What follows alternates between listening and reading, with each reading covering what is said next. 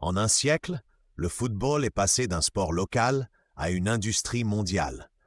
Au départ, ces règles sont codifiées en Angleterre en 1863, avec des clubs ancrés dans leur ville.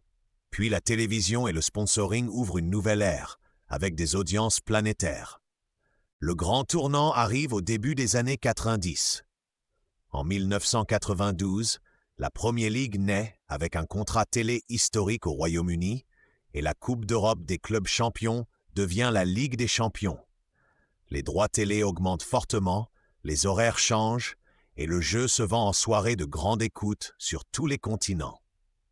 Puis l'arrêt Bosman change les règles du jeu.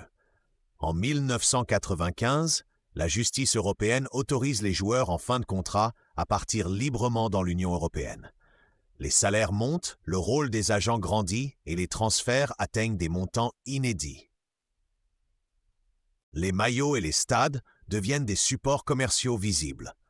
Dès la fin des années 70, des sponsors apparaissent sur les maillots. Puis les accords se mondialisent.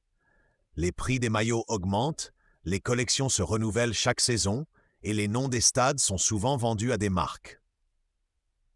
De nouveaux propriétaires injectent des capitaux venus du monde entier. Manchester City est racheté par Abu Dhabi en 2008, Paris Saint-Germain par Qatar Sports Investments en 2011 et Newcastle United par un fonds saoudien en 2021. Ces opérations suscitent des débats sur l'influence d'État, tandis que l'UEFA applique le fair play financier depuis 2011 et adopte en 2022 de nouvelles règles de durabilité. Le choc le plus visible survient en 2021. 12 clubs majeurs annoncent un projet de Super League privée, hors du format de l'UEFA. Face aux supporters, aux joueurs, aux ligues et aux autorités, le projet se retire en quelques jours et met en lumière un conflit entre objectifs commerciaux et attentes du public. Pendant ce temps, le calendrier se charge jusqu'à la limite. La Ligue des champions adopte un nouveau format en 2024 avec plus de matchs et la Coupe du monde des clubs de la FIFA est élargie en 2025.